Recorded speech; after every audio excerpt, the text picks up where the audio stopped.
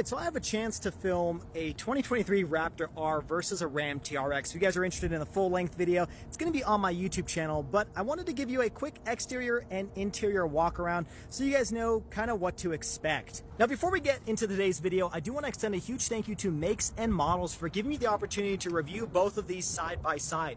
If you guys are interested in either one of these vehicles, at the time of filming this video, these are currently both for sale at the dealership. I'm going to include their information down below, but as you can see, this is their phone number, and let them know that SchwayZ sent you. So starting off with the front end of the RAM TRX, this is of course the most powerful RAM you can buy, and we'll talk about what's under the hood in just a minute. You got LED headlights, LED daytime running lights, you got a steel bumper here, you've got fog lights, recovery hooks, and a skid plate underneath, and you have parking sensors, which is nice because this is a very large vehicle. It's very wide. It's so wide that you actually have to have amber running lights over here in that hood scoop. Now, coming over to the side, you'll notice that it's definitely a wider vehicle than your traditional 1500. There's only one configuration you can get in the TRX, and it is this 4-door crew cab configuration with a 5'7" bed.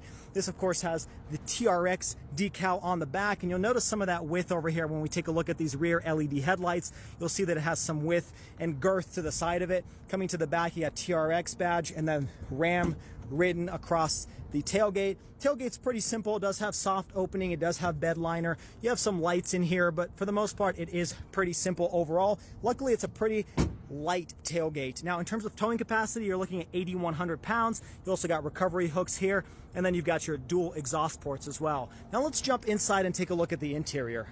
Now, climbing inside the TRX, personally, I like the material use of the interior on the TRX a little bit more than the Raptor R, but I'll let you decide when I show off the Raptor. You got leather touch surfaces over here. You got some suede, carbon fiber, really nice use of aluminum. You've also got a 19-speaker Harman Kardon audio system. Climbing inside, you got heated and ventilated front seats with some suede and Alcantara here. TRX up at the top. And then climbing inside, you've got a leather with suede steering wheel along with some carbon fiber. You, of course, have adaptive cruise control, blind spot monitoring, and then these set of buttons is how you control this 7-inch gauge cluster display. Now, I wish it was a little bit bigger, but I do like that there's like a 3D effect with it because these gauges kind of stick out a little bit. There's some nice color to it. So overall, they did a pretty good job, and the graphics are really nice as well. Now, I do want to point out the nice use of materials over here. This is all leather wrapped. You got some suede over here.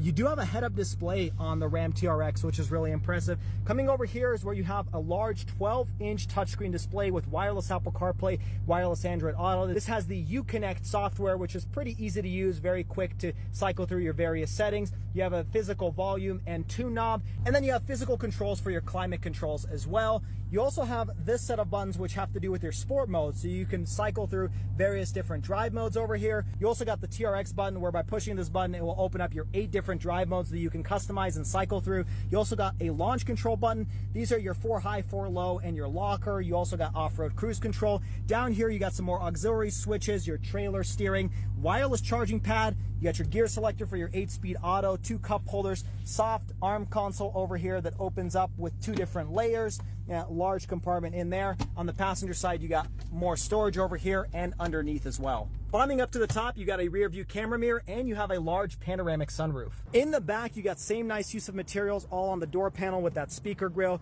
nice leather seats that lift up and give you a little bit of extra storage over here on the bottom. And then climbing inside, you've got plenty of legroom back here, actually a little bit more than that in the Raptor. You've also got heated and ventilated seats back here, and you got a household power outlet along with your 2 rear air vents, and then more speaker grills located above you. Now, taking a look at the Raptor R, this looks very similar to the current generation Raptor with a little bit of this code orange R lettering and coloration on the front. That's kind of how you distinguish the regular Raptor from this Raptor R, which has an enhanced powertrain under the hood that we'll show off in just a second. Personally, I like the exterior look of the Raptor a little bit more. You still got steel bumper, parking sensors, fog lights, and you've got skid plates underneath as well. Then coming over to the side, it's almost identical in terms of length to the TRX. One major difference is this thing is riding on 37-inch tires versus 35s on the TRX over there. Coming over to the back, you've got the Raptor R decal over along the rear quarter panel, and this is only in one configuration as well,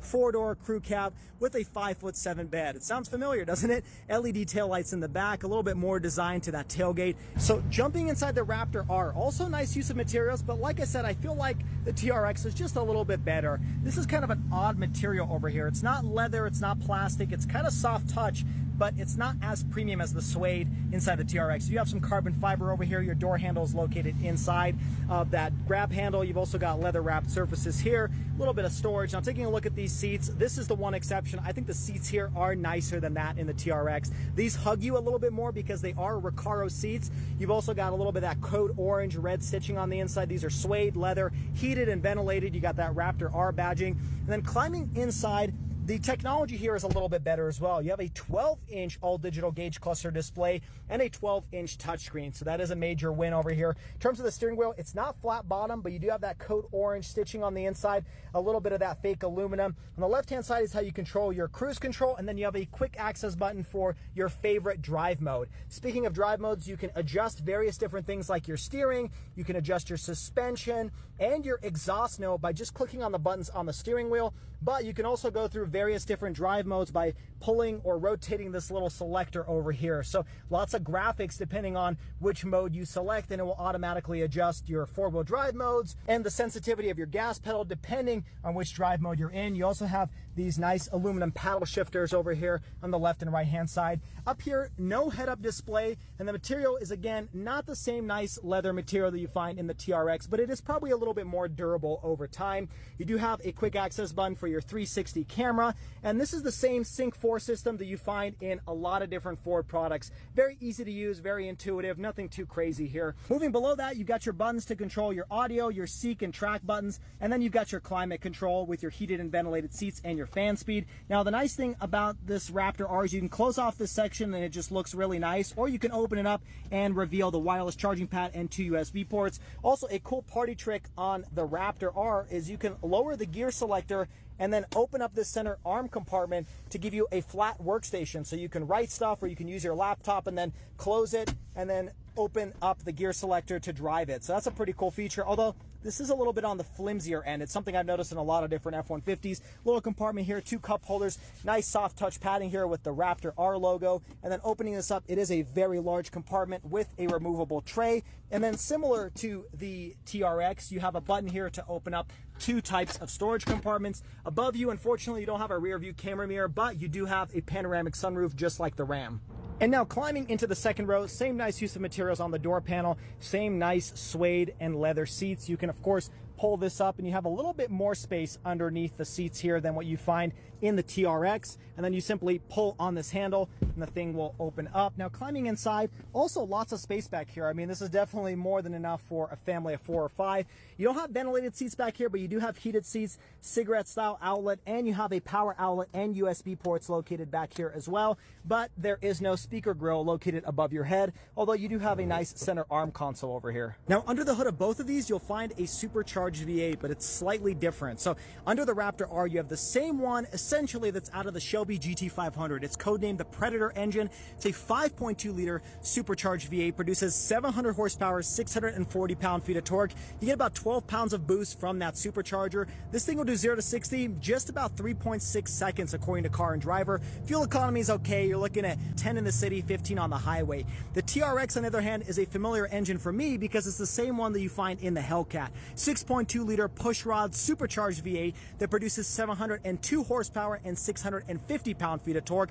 This thing will do 0 to 60 in just about 3.7 seconds. Now, in terms of a toe-to-toe race, it's probably going to be up to the driver and how much weight is inside. Now, fuel economy is a little bit worse on this. You're looking at 10 in the city, 14 on the highway. Okay, now in terms of pricing, the TRX for 2023 starts around $85,700, but if you want all those interior amenities like the heated and ventilated seats and some of the additional safety tech, you're going to want to get additional packages, and so you could easily get this one over $100,000. The Raptor R comes mostly fully equipped. There's very few packages that you can add on, and this one starts around $109,000. So which one of these 2 supercharged V8 super trucks would you pick and why? Let me know down in the comments below.